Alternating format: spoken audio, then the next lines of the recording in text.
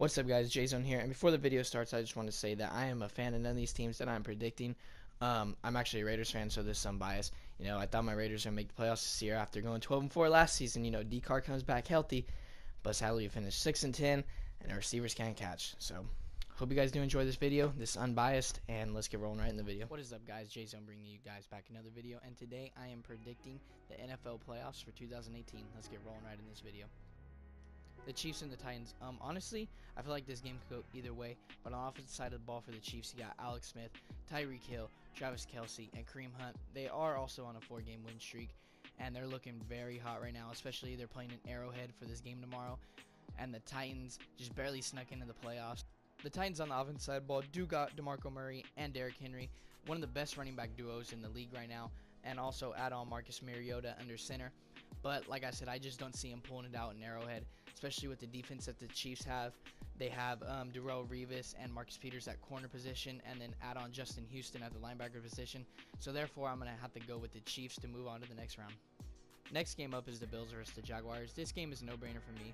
Obviously, the Jaguars are going to move on. I just don't think the Bills have enough offense for the Jaguars defense, especially the Jaguars ranking as #1 defense in the league with Ramsey and Bouye at the cornerback position, and looking like LaShawn McCoy isn't a full 100%.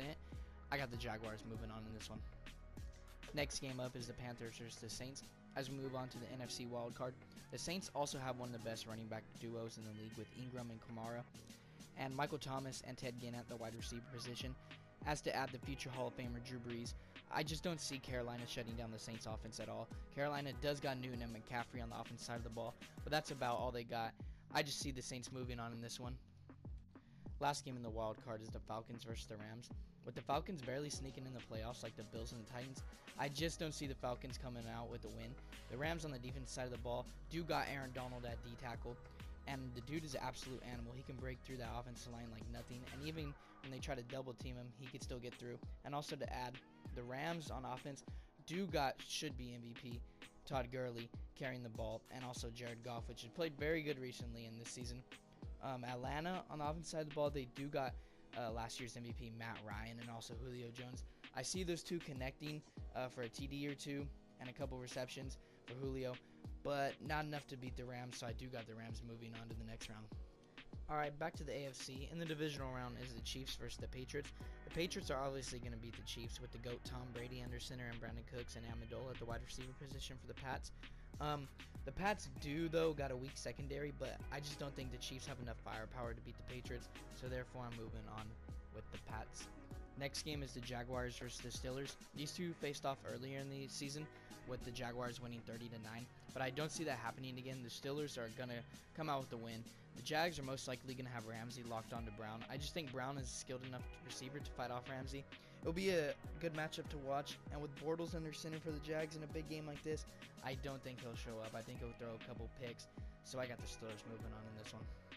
Back to the NFC side is the Saints versus the Eagles. The Saints, I feel like, are going to win this one, with the wins being out for the Eagles since Week 14 against the Rams. The Eagles are 3-0 with Foles under center, but they also haven't really played that good of teams, finishing off with the Giants, Raiders, and Cowboys.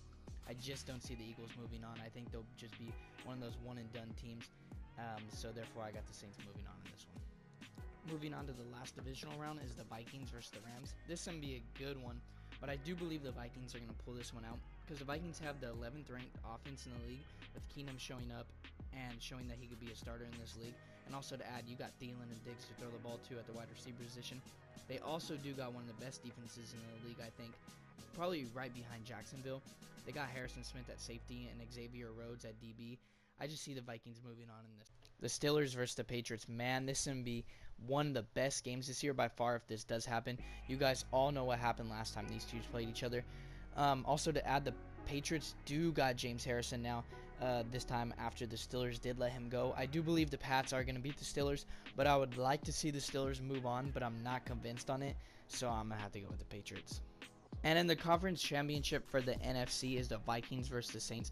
Like I said earlier, the Vikings do have one of the best defenses right behind Jacksonville, and the Saints probably do have one of the best running back duos right there with Tennessee, but I do believe the Vikings are going to pull out this win.